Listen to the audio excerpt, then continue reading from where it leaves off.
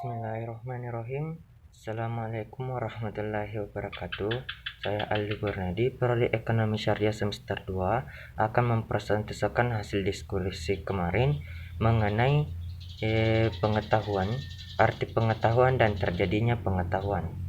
Pengetahuan berkembang dari rasa ingin tahu yang merupakan ciri khas manusia, karena manusia adalah satu-satunya makhluk yang mengembangkan pengetahuan secara sungguh-sungguh. Binatang pun juga mempunyai pengetahuan, namun pengetahuan ini terbatas untuk kelangsungan hidupnya. Manusia mengembangkan pengetahuan untuk mengatasi kebutuhan-kebutuhan kelangsungan hidup ini dan berbagai problema yang menyelimuti kehidupan. Baik, langsung saja saya jelaskan sedikit mengenai pengetahuan.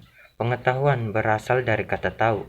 Dalam Kamus Besar Bahasa Indonesia tahun 2008, kata tahu memiliki arti antara lain mengerti sesudah melihat, menyaksikan, mengalami, dan sebagainya, mengenal dan mengerti.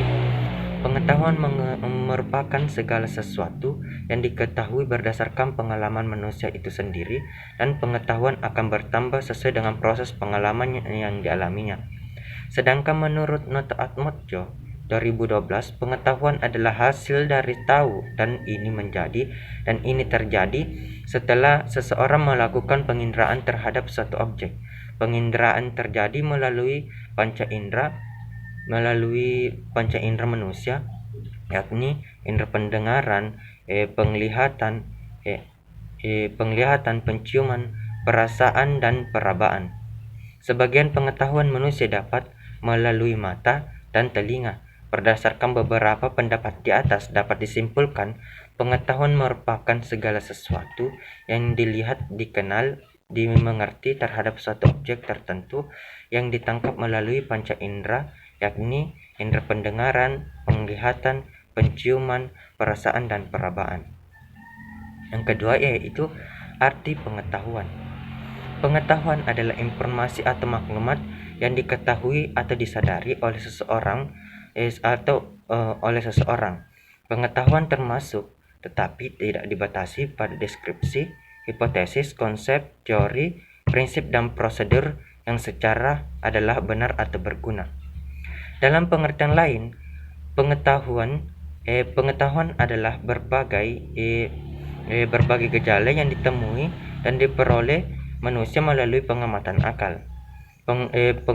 Pengetahuan muncul ketika seseorang menggunakan akal budinya untuk mengenali benda atau kejadian tertentu yang belum pernah dilihat atau dirasakan sebelumnya. Misalkan,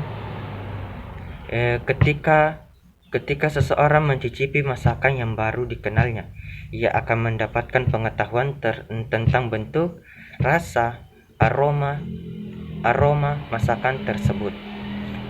Pengetahuan adalah informasi yang telah dikombinasikan dengan pemahaman dan potensi untuk menindaki yang dilantas meletak di benak seseorang. Adapun aspek mengenai arti pengetahuan, yaitu menurut filsafat.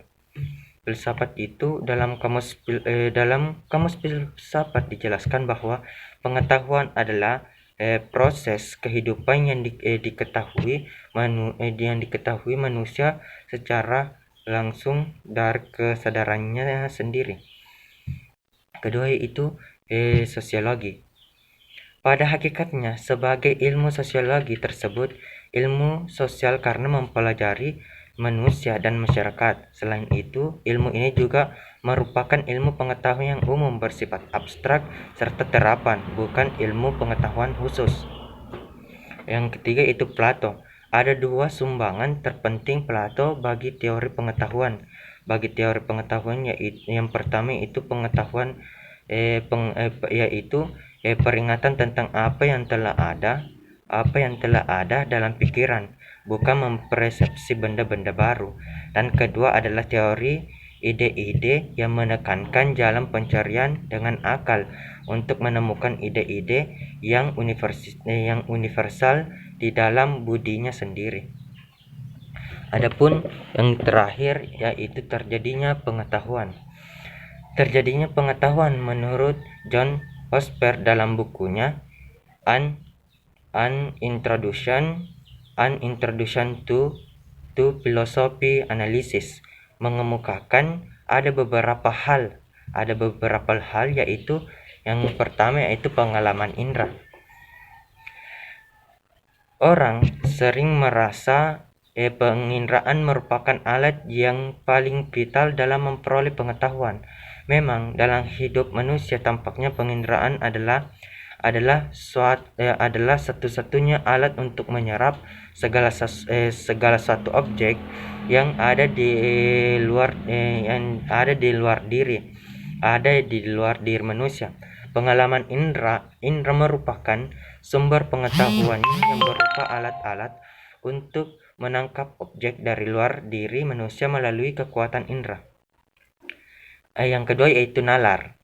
Nalar adalah salah satu corak dengan menggabungkan dua pikiran atau lebih dengan maksud untuk mendapatkan pengetahuan baru. Hal-hal yang perlu diperhatikan dalam masalah ini adalah tentang asas-asas pemikiran. Yang ketiga yaitu otoritas. Otoritas adalah kekuasaan yang sah yang dimiliki oleh seseorang dan diakui oleh kelompoknya. Otoritas menjadi salah satu sumber pengetahuan karena kelompoknya memiliki pengetahuan melalui seseorang yang mempunyai kewibawaan dan dalam pengetahuan. Kewibawaan dalam pengetahuan. Yang keempat yaitu intuisi. Intuisi di sini adalah kekuasaan yang salah pada diri manusia yang berupa proses kejiwaan dengan tanpa suatu rangsangan atau stimulus mampu untuk membuat pernyataan yang berupa pengetahuan. Pengetahuan yang diperoleh dari intuisi dapat dibuktikan seketika atau melalui kenyataan, karena pengetahuan ini muncul tanpa adanya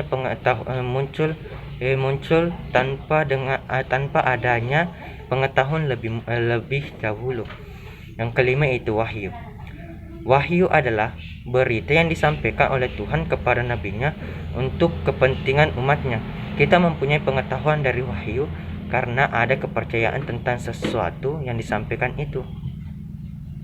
Yang keenam yaitu keyakinan. Keyakinan adalah suatu kemampuan yang ada pada diri manusia yang diperoleh melalui kepercayaan.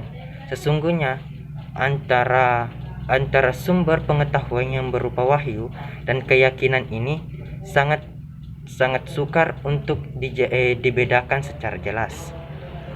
Adapun sumber pengetahuan yaitu pengetahuan diperoleh melalui proses kognitif, di mana seseorang harus mengerti atau mengenali terlebih dahulu suatu ilmu pengetahuan agar dapat mengetahui pengetahuan tersebut, yaitu ada beberapa yaitu pengetahuan wahyu, pengetahuan intuitif, pengetahuan rasional, pengetahuan empiris, pengetahuan otoritas dan sebagainya. Mungkin hanya itu dari saya mengenai pengetahuan, arti pengetahuan dan terjadinya pengetahuan. Cukup sekian dari saya. Assalamualaikum warahmatullahi wabarakatuh.